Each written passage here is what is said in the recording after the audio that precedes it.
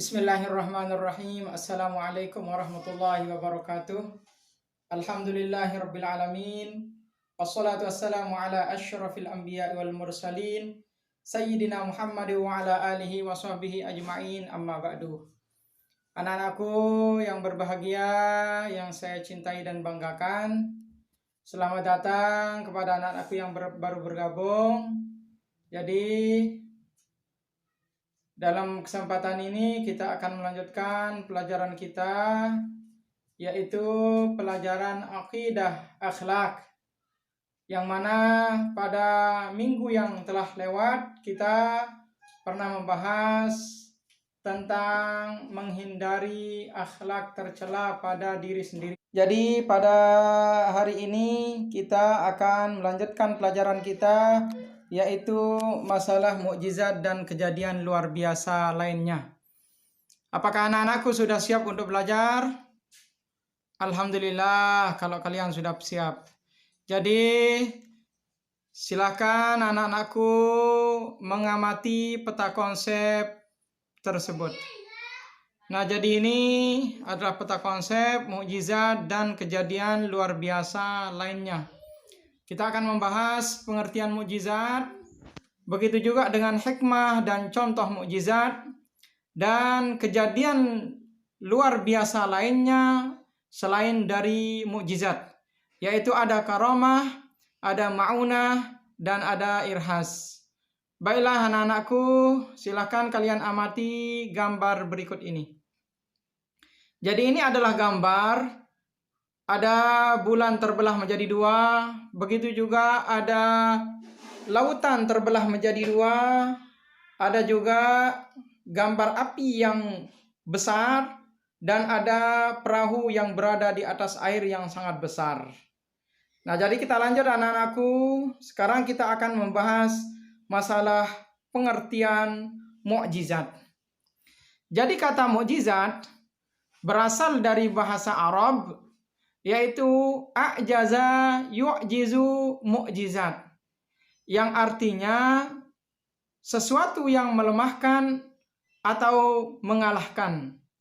Jadi mukjizat menurut bahasa artinya adalah sesuatu yang melemahkan atau mengalahkan.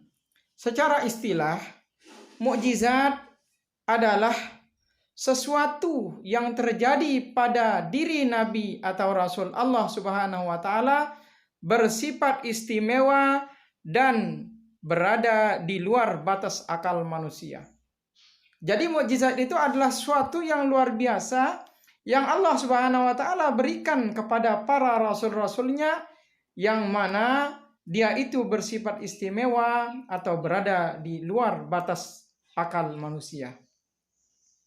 Nah, mukjizat hanya diterima oleh para nabi dan rasul-rasul Allah Subhanahu wa Ta'ala saja. Mukjizat dipakai para nabi dan rasul hanya untuk membela diri dan menjawab tantangan orang-orang kafir. Salah satunya seperti tertuang dalam surah Asy-Syu'ara, Allah Subhanahu wa Ta'ala berfirman, "Inna sya' nunazzil alaihim minas sama'i ayatan fadhallat a'naquhum laha khadi'in." Nah, yang artinya jika kami kehendaki, niscaya kami menurunkan kepada mereka mukjizat dari langit, maka senantiasa kuduk-kuduk mereka tunduk kepadanya. Nah, hikmah mukjizat dan kejadian luar biasa lainnya. Jadi beberapa hikmah dari mukjizat dan kejadian luar biasa lainnya adalah: pertama, melemahkan dan mengalahkan alasan, usaha, dan tipu daya orang-orang yang menentang dakwah rasul-rasul Allah Subhanahu wa Ta'ala. Jadi mukjizat diberikan kepada para rasul Allah Subhanahu wa Ta'ala adalah untuk mengalahkan alasan, usaha, dan tipu daya orang-orang yang menentang dakwah beliau. Para nabi rasul berdakwah, bukan semua umat senang dan mau mengikuti ajaran-ajaran beliau, tetapi ada juga yang menentang, bahkan memusuhi rasul-rasul Allah Subhanahu wa Ta'ala. Sehingga para rasul itu diberikan mukjizat oleh Allah Subhanahu wa Ta'ala adalah untuk mengalahkan semua apa yang menjadi usaha mereka di dalam menentang dakwah para Rasul Allah Subhanahu wa Ta'ala. Kemudian yang kedua, bagi yang telah percaya kepada kenabian, maka mukjizat akan berfungsi untuk memperkuat iman serta menambah keyakinan akan kekuasaan Allah Subhanahu wa Ta'ala. Yang ketiga, membuktikan kebenaran Rasul yang diutus Allah Subhanahu wa Ta'ala dan ajaran-ajarannya. Yang keempat, mempertebal iman kepada Allah Subhanahu wa Ta'ala. Yang kelima, mendekatkan diri kepada Allah Subhanahu wa Ta'ala. Dan yang keenam adalah tidak takut akan kesulitan karena yakin Allah Subhanahu wa Ta'ala memberi pertolongan kepada hambanya yang beriman dan bertakwa. Kemudian kita lanjutkan beberapa contoh di antara mukjizat yang dimiliki oleh para nabi dan rasul Allah Subhanahu wa Ta'ala. Pertama, ada Nabi Nuh alaihi salam. Kisah Nabi Nuh merupakan satu bukti mukjizat diberikan kepada nabi sebagai utusan Allah Subhanahu wa Ta'ala. Salah satu kisah Nabi Nuh yang kerap diceritakan kembali adalah bagaimana ia dan kaumnya selamat dari bencana banjir setelah menaiki perahu besar. Kemudian yang kedua, ada Nabi Musa alaihi salam. Nabi Musa, salah satu kisah mukjizat Nabi Musa yang kerap diceritakan turun-temurun adalah bagaimana Nabi Musa alaihi salam membelah laut ketika lari dari kejaran Fir'aun. Kemudian yang ketiga, Nabi Muhammad sallallahu alaihi wasallam. Mukjizat Nabi Muhammad sallallahu alaihi wasallam banyak sekali karena beliau itu adalah merupakan Sayyidul Anbiya wal Mursalin. Beliau itu adalah kekasihnya Allah Subhanahu wa Ta'ala.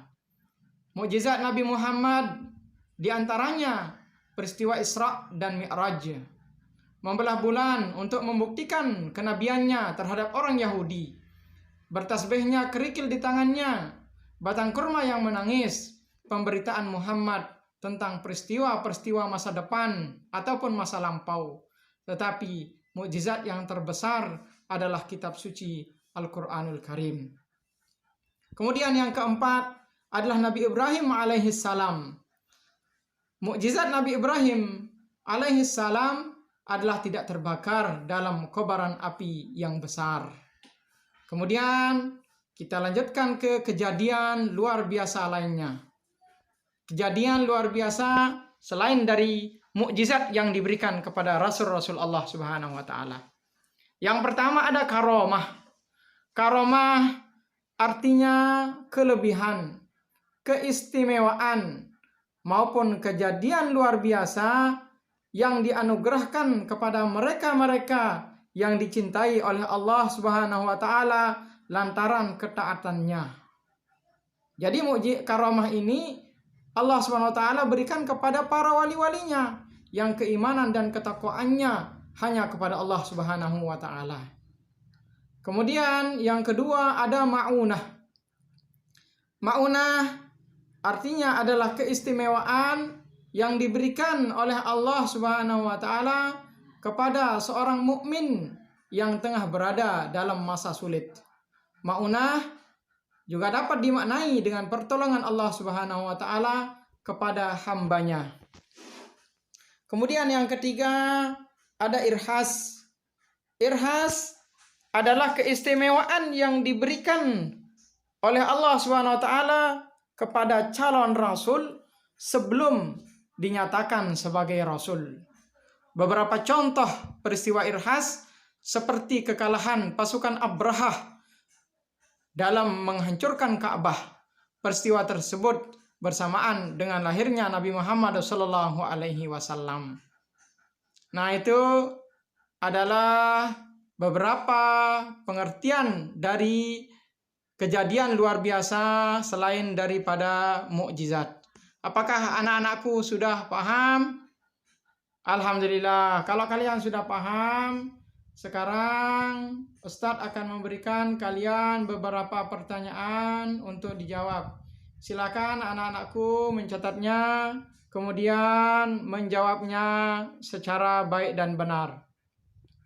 Soal pertama yaitu jelaskan pengertian mukjizat menurut bahasa dan istilah.